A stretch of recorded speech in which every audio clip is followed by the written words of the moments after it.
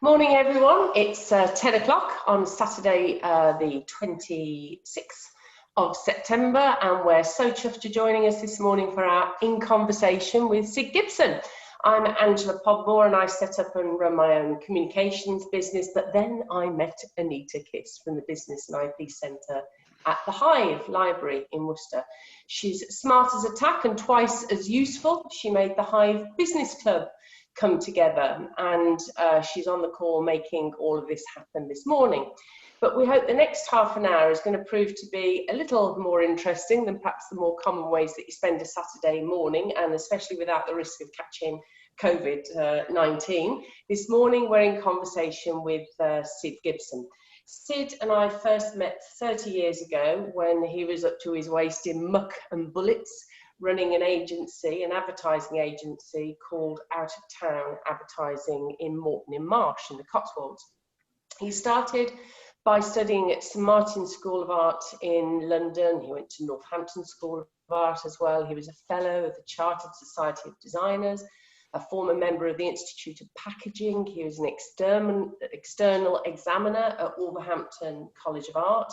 He was one of 700 members of the Institute of Graphic Designers and a top 10 Midland designer, as well as an exhibitor at the Design Council in London. This guy really understands every element of design. Since doing all of that, he's sold his business on and he's retired to West Dorset and written 3 books. 2 of them are children's books, The Secret of the Storm Cloud and Don the Digger, but he's illustrated another.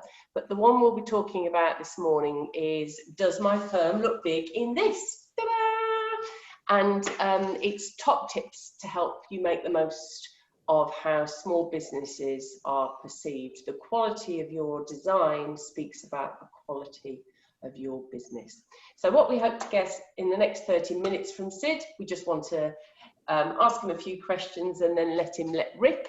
And then we want you to get insights into the world of design from an old hand, how advertising was. He's kept in touch with that world. He still works on some stuff now, how he sees the changes have affected the world of design, as well as we want to learn a little bit about him personally in terms of the challenges he faced, some of the tips that he can perhaps give us for helping our businesses thrive rather than just survive. He's a constant source of wisdom. So, first of all, Sid, morning. Good morning. That's very kind of you to say all those nice words. It's like Desert Island Discs, isn't it? I don't know if I can look for all those, I'm sure. First of all, let's talk about when you were first praised. Can you remember when you did something arty? And as a child, was it, or a teenager, when you were first praised for what did you do? What was the situation? Tell us the story of that, and perhaps when you realised it was going to be your life's work. I suppose really, we're going right the way back to the beginning.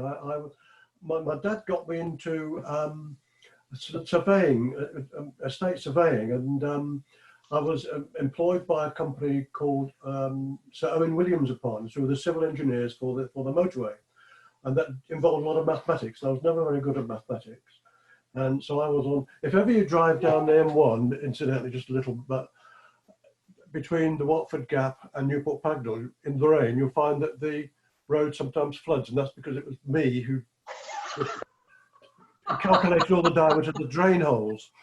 But then after that, I got a job with a company in Northampton. Before I left Northampton, I was about 18, I think it was, in the traditional printing, lithographic printers. And I spent a lot of time learning the craft of the business, actually writing lettering and drawing forms on the back of stones. You know, when they're printed from stones, it goes back as far as that. I bought one. Actually, I've got. If you're interested, I might just show you this. Actually, I didn't anticipate this, but I'm going to show you this was. I suppose you were talking about the first praise, the first acknowledgement that it was. Yeah, you'd probably be all right. Then said was this, which was the Roman alphabet. I drew that when I was about 18. Keep it steady, Sid. That's brilliant. Yeah, and it was the exercise was given to me because it was very much a case of hand lettering. And just on the top and bottom line, and the whole of it had to be drawn with a brush without any whiting out or rubbing out or anything, and that stuff still got it. So I was quite pleased with that. And the chap at the time, a mentor, said, yes, that's all right. He then got me to draw, I had to do a sign for an exhibition for somewhere. I can't remember who it was. Well, I wasn't drawing it properly right at all. And by the time I got it right, it was about that big. Okay, that's okay. Now I want to draw it an inch long. So I had to write the word exhibition inch long. I did several attempts at that. You never get this sort of training now, I'm sure. It's all, you put your letter on the computer screen and that's it. When he was satisfied with that, he said, yes, okay. Now draw it out the length of the studio floor, the wooden floor at the time of the printers, about 20 feet long. I had to draw it out. When he was satisfied with that, he said, yeah, you're okay now. Get on with it. So that was quite an interesting little background to all this computer science that we know. So what age were you then? 18. 18. So you went into surveying at 17, 18, and then I went to London when I was just coming up to 19. So you got off to a false start in some ways, would you say, with surveying? Oh yes, very much so, because a friend of the family and Dad pushed me into it because that was going to be a good career, you know. Yes, but you found, isn't it interesting, like water, you on the Newport Pagnell bit of the M1, you found your way to your niche. I suppose so, yes. Yeah, because I always wanted to be, you know, that way inclined, I suppose.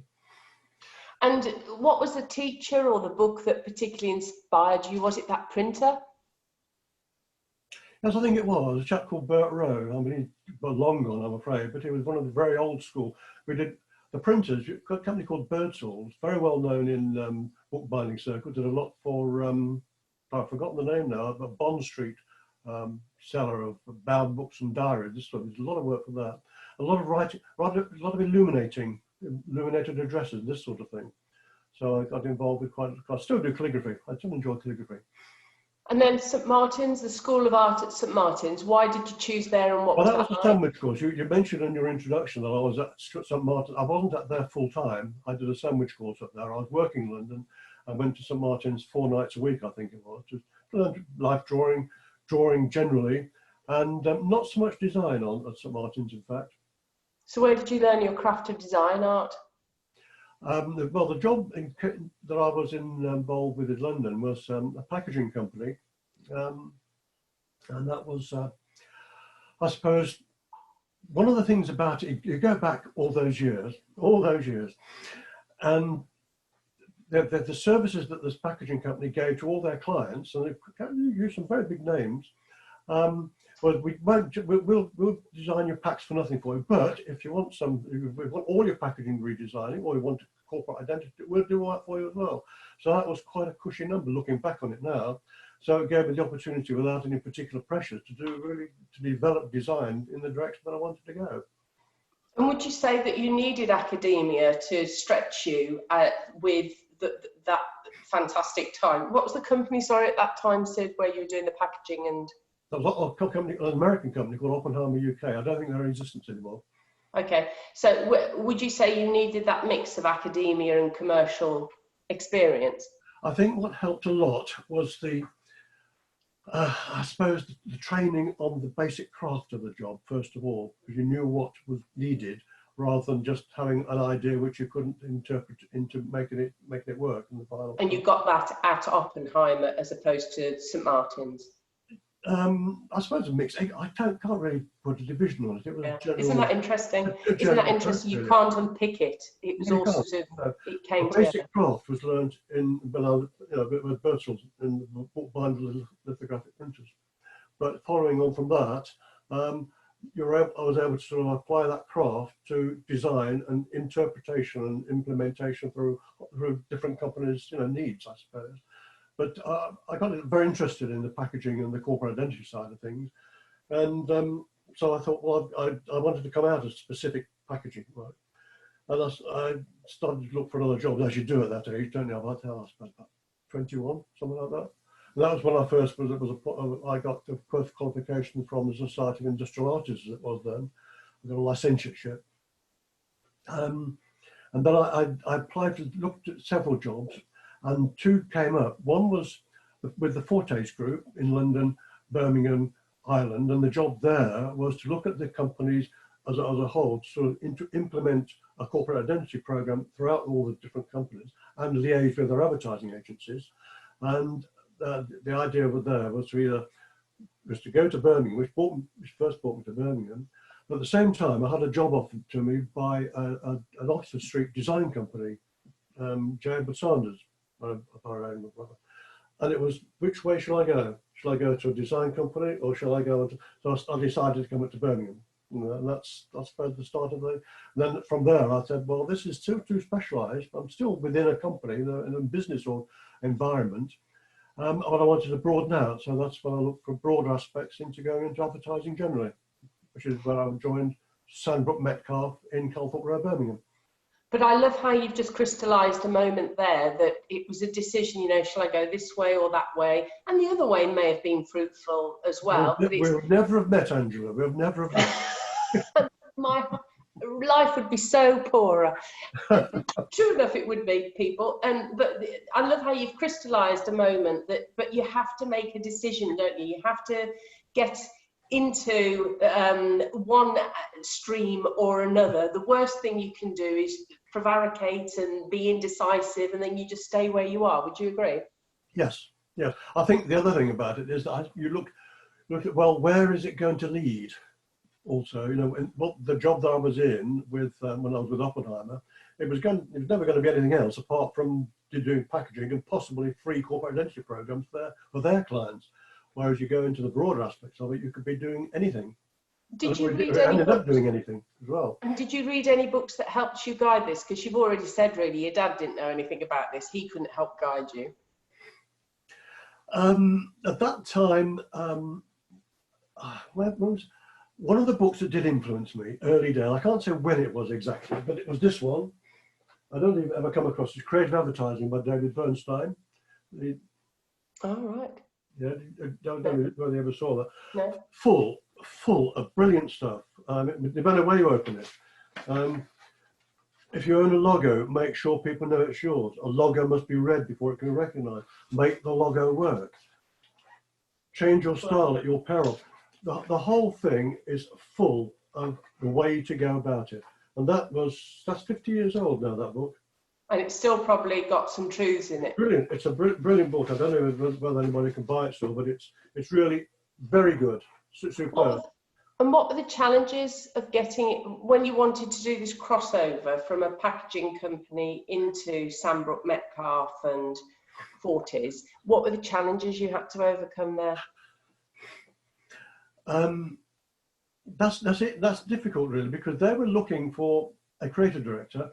They had a separate design company, which wasn't really working as a design company. It was more of a sort of just an arts service to the needs of the agency. And I think they were looking at the time for sort of expanding that side of things as well. And the work that I'd done on the corporate identity work and packaging for when I was in London, and also for the Fortis, showing how it could be coordinated, I think that probably got me the job. And when I moved to Sandbrook, it was pretty, I don't know, had an office in the garret looking down on the studio. It was quite imperious, really. And so the work there was to start to get involved in the creative side on the advertising work, but also to expand the services and the scope of what became, I conjured up a new name for it, called the graphic unit, rather than SM Art Services, which is what it was, I suppose. But the graphic unit became, you know, a thing where I was able to strike out and say, well, let's approach so-and-so and see if we can get some work for them. So it became a sales operation as well as just a design operation. And how did you learn that craft of advertising, the copywriting married with the striking image that we used to call stoppers, didn't we? Because they stop you in your tracks. So then again, how did I learn? How did you learn that craft? I mean, you're coming from a corporate identity, packaging design background, and now you're in the full commercial force of, right, let's help SMEs build their concept for advertising, I suppose, as opposed to concept for packaging and design. I don't know is the truth answer. I just did it, I suppose. You've got a job where you where you said, okay, well, we've got some advertising work to do for XYZ client, and what are we going to do for them? And it started off with the design, and what can we say about them? And it just develops from there. I don't think it's learned so much. At least I didn't learn it so much. It was just practical, hands-on experience day to day, I suppose. Yeah. And you've taught so many people, haven't they? They've joined your ranks as similar to you. Let's have a go at this advertising job in terms of, have I got the talent to come up with that? And one of them set up a very successful business, haven't they, in Birmingham? Indeed, yes. We're talking about our mutual friend Tim. Yes, who's what's the name of the company now? Reese Bradley Hepburn. Reese Bradley Hepburn. Yes, he was very kind to me actually. I visited him about a couple of 3 years ago, and he took me around to show me his much bigger agency. He developed it really well, I think. Not just him, but I think the whole operation was good. And he kept introducing me to the man that taught him about advertising. But how would you say young people now, they have an impression of what the world of advertising, well, I mean, we no longer call it advertising, we call it paid for, owned, earned and paid media, because so much of it is promotion of, say, a GIF or a meme or something that you just put 150 quid behind it on Facebook or whatever. But obviously there's still a place for TV advertising, which was cheap as chips recently through COVID-19. You never could buy it as cheap as we bought it recently, but also broadcast and display posters and things.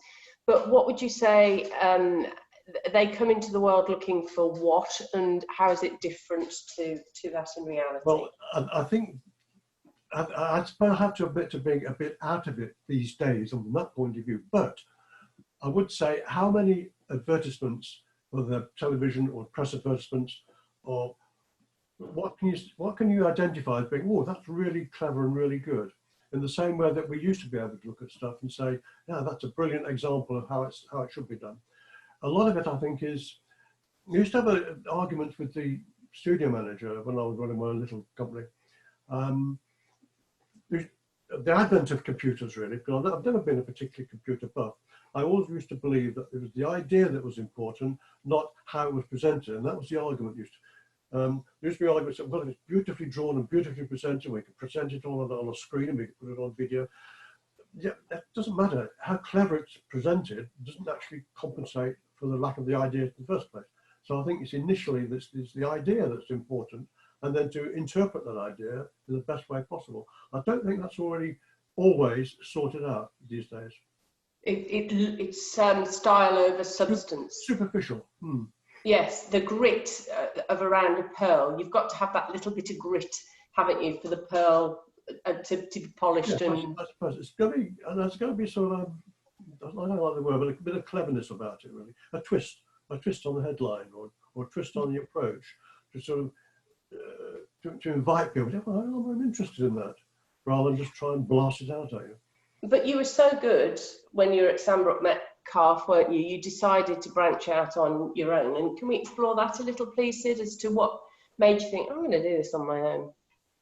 Well, Sandbrook Metcalfe, we moved from Calthorpe Road into Stratford-upon-Avon, which was quite good. There were sort of certain, I don't want to go into too much detail. But just it came to its time. Let's say, with a partner at the time, and other folks, there were certain personality clashes. And I said, this is not going to go anywhere. I was having to sort of toe the line to what really they wanted to do. I wanted to sort of to be, I suppose, trying to be more original in the approach that I took to work for clients. So that's when I started off at out of town advertising, it's called. I set up in Morton-in-the-Marsh, and it went, it was reasonably successful, I think. But what made you think, I'm going to set up my own gaff versus I'll go and work for another? I suppose the temptation to do what I really wanted to do. You have to have a drive to say, yes, that's what I need to do. I'm not going to be able to do it if I'm working in the confines of what other people want. Now, what was that? What was that, Sid? Try and articulate. I know this is what I'm doing here, but out of town, I want to do this. I've always had a principle of wanting to enjoy what I did. And further than that, I wanted everybody else working with me. We had to start 15 altogether.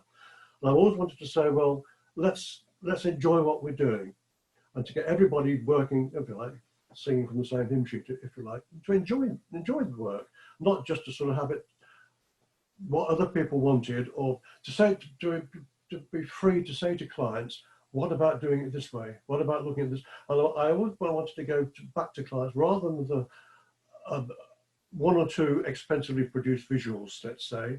I'd rather go back with a dozen really good ideas scribbled in stamp form and to talk about the job and really get under the skin of what should be done about it. And that worked, the principle worked quite successfully.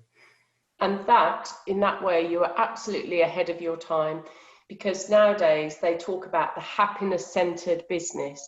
IBM said in the 70s, didn't they? You know, people are our greatest asset.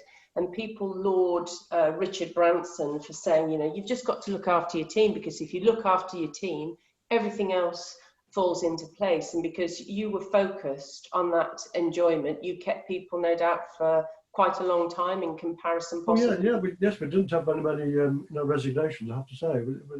It worked well. But the other thing about it, I like to sort of approach client. If you're not sort of, I think bigger agencies tend to sort of come up often with ideas that they think is going to be approved, you know, and think, well, we do this. Well, I always have in principle, well, let's get under the skin of what is needed on something. For example, I've worked out one or two little examples before this little interview. We were asked to, we used to do a lot of work for Shell Midland region promotions, well, London, Midland and Western regions, promotions. They used to run way back when I was working in, just as I moved into Morton in the Marsh. And they did a scheme for their dealers called Shellshine.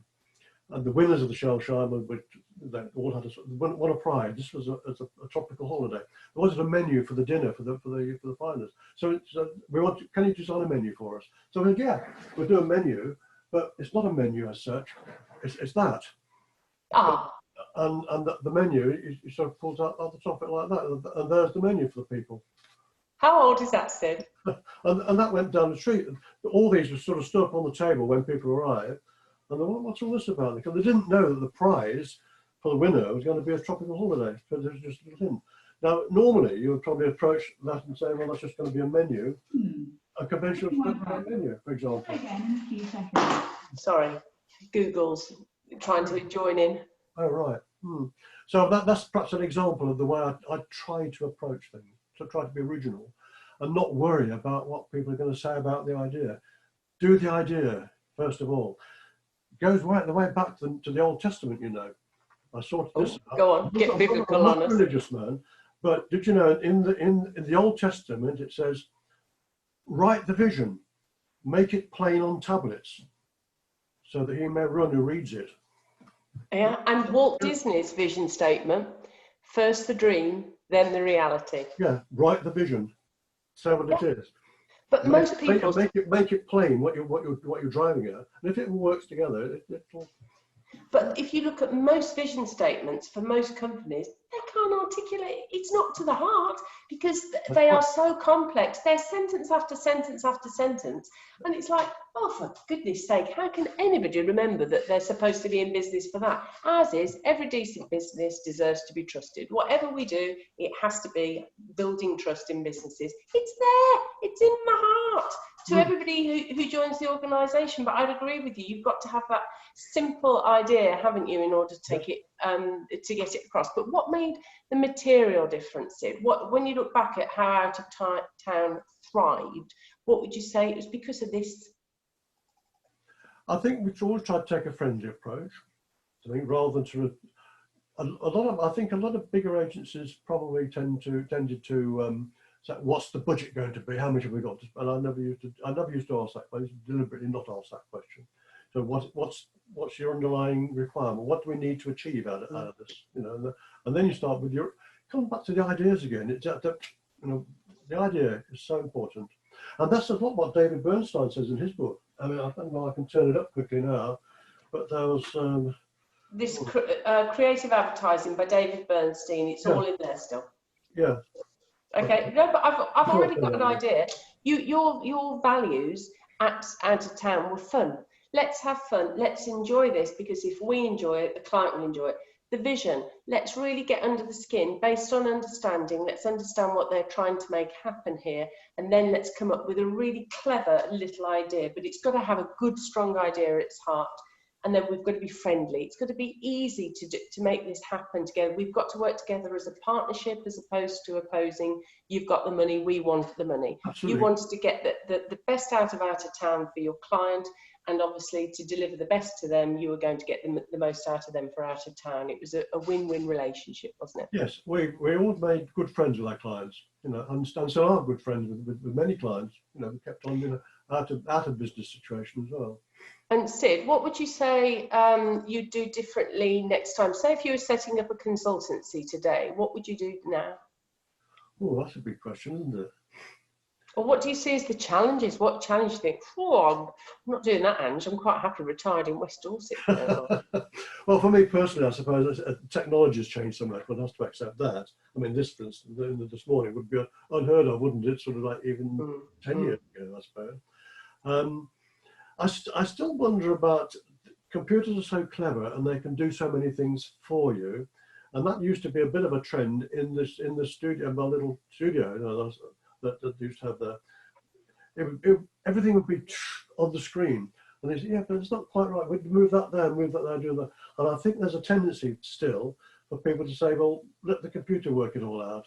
And the personal input, I come back to this idea thought again. That is still so important. So in terms of setting it now, what would I do? I suppose you'd have to invest certainly much more heavily in technology to make sure you're going to be competitive. You've got to be competitive whatever the situation, haven't you? That is a barrier to entry, isn't it? Having the right kit, and not so much actually the hardware, it's the software, isn't it? Yes, and the cost of doing that, I suppose, makes it more expensive for the client in the long run. Although these days it's mostly on subscription, isn't it? Rather than we had to shell out in the 80s and 90s, didn't we? An awful lot of money to buy the equipment. All I needed was a pencil and paper. Oh, true. And can I tell you, people that are listening in, just before we wrap up, it is lovely to work with Sid when you used to work on a scamp, what we call a scamp together, and he'd get his pad and pencil out and sketch out something. And you'd all have an idea and say, yeah, we could do this, that, and the other, the whole creative process. Whereas I think, much as computers are brilliant and they give you the finished article a lot sooner, I suppose, from that initial scamp, it doesn't quite work the same because it takes time for it to come together. And people say, when you start working it, oh no, I didn't see it as that, I saw it as this and whatever. So I'd agree with you, Sid. I think there's a lot to be said for the back of a fag packet, they used to call it, or the back of an envelope, sketching out, isn't it? And that used to be a comment that comes like, well, don't spend any money on the visuals, just do it on the back of a fag packet. But another thing about technology, I'm saying, well, there's, for me personally, there's, oh, well, I've got to get to learn. Let me just refer to another book. Going way back, but this was in Birmingham. You know, everything is now put on computer, all lettering. This is photo lettering, the United States company. It was one of the original ones for putting photo lettering on. Look at this. You could order any typeface that you wanted, any of this little lot, and you had to send away for it to be printed out to whatever you wanted it. Now, oh my word! Hold that up to the camera, please, Sid. Way back. Hold a page up to the camera, please, Sid. Right. Well, anyone, just sort of shows the different variation of any typeface that you wanted. You can't believe it, can you? But that had to be sent away to America for. Yeah. And this is where Steve Jobs bummed out, didn't he, at UCLA, and started going into typography and art, and that's where he learned. He went in the same route that you did and realised that that's your range of typographic fonts, which you can just get straight away now. Just press a button and you've got it. But not in those days, my dear. This is a lovely retrospective. But looking back at all the businesses, Sid, that you've worked with, you've seen a lot that are obviously very successful, that you've helped make them an awful lot of money by the way you've presented their brand, that's got them conceived to be perceived to be seen as a lot bigger than perhaps that they are. And as a result, they could charge a premium, or they've fought their way through the competitive landscape. What would you say are the ingredients to success for those businesses that have done really well? Consistency, I think. Consistency in presentation. Backing up what you say with what you do, that's extremely important. Well, always, that's pretty obvious, I suppose, in any business. Integrity. We use that word a lot in business, don't we? Yep. Do what you say you'll do. It's easy to look something that you're not. Yes, right. So make sure that you are what you say. Yes. On the tin, sort of thing. Okay. There's a stranger just walked into our meeting. I know. Ignore him. Ignore him. He's an infiltrator. Yeah. And if you could go back and do it all again, what would you say to your younger self? I mean, I don't think I'd do it much different, actually. You know, it's been a great joy to be able to sort of to be able to create something and to have someone say, yeah, I like it, I love it. You know, that's one of the biggest, not so much what you got paid for it, but it's the fact that people liked what you did. You know, and some of it won't turn out to be successful in terms of the sale. There was sometimes it didn't work out like that way at all. I can remember one client, but if everybody got time to do just a little on this one, a company in the Black Country, they were a company WB Co. I don't know whether they're still in existence. When I joined the agency, I was going to be the bright girl. I was going to sort them out. They had some awful advertising. They had this little tiny horrible character jumping about all over the huge spanner. You used to drop forge spanners for shipping, this sort of thing. You sat in their meeting room and the whole floor was jumping about like this because of the drop forging. I was sorting out some beautifully designed advertisements because they were trying to get. We launched this new campaign, and the inquiry rate went like that. So he says, put them back on, put the old versions back in, and say, oh, way back up again. So you don't always win. Yes, and you don't always know. For whatever reason, he knew better. No. And what was I going to say? Lastly, your other books. What other books would you recommend people to read, Sid? Well, I've got one or two things out here.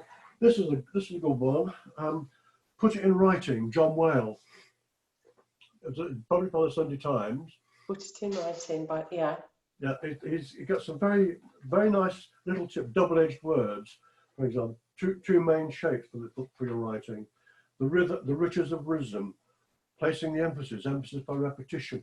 All sorts of nice little handy tips. The way you write, in general terms, not just for advertising. Okay. Any others? Any more? This one was always a good one. I had this in London way back. I don't know if we can buy that one, but Muller Brockman. That's a long title. Artist and his design problems, and that goes back to the very basics of how to plan layouts and visuals. It's probably a part of it now. And he's the graphic artist, and he's you never get away with that. Probably way out of print now, but there's all sorts of basic. As you say, it's looking a little bit dated, but not that dated, considering it's. Yeah, but our eyes don't change. Our brains, in fairness, our brains are changing slightly. They are screening more than reading. We're losing the art of concentration, aren't we? Yes, it goes into a lot of theoretical design, visual theory as well. Very, very interesting. Nice. Lovely. So, Sid, this has been brilliant because you've given us 3 book recommendations, but more importantly, you've given us an insight into what it's like to be in the world of advertising back then and how some of those things have stayed the same going forward, haven't they? I don't think there's any compromise or substitute for having a good idea in the first place and making sure that's interpreted properly in today's terms of design, I suppose, which is not the great difference. There's certain different styles, obviously, but it's the idea that's important. Sid, thank you so much for being so generous with your time. And also you said at the top of this, before we started recording, you'd be happy to take questions. Yeah. Thank you so much. Anita will make all of that happen with the University of Worcester. Remember, everybody, these books that Sid has recommended, Creative Advertising by David Bernstein, Put It in Writing by John Whale, and The Graphic Artist and His Design Problems by Muller Brockman. You can get some of those, or if not all of those, at the Hive, and the fabulous Borrow Box. If you've not heard of Borrow Box, get into it. It's digital books. But if you know a business person such as Sid that we would be interested to have a conversation with and get similar insights, do let us know. Sign up to the next In Conversation with Sid. Remember, it's the last Saturday of every month at 10 o'clock. Thank you so much, Sid. Bye-bye.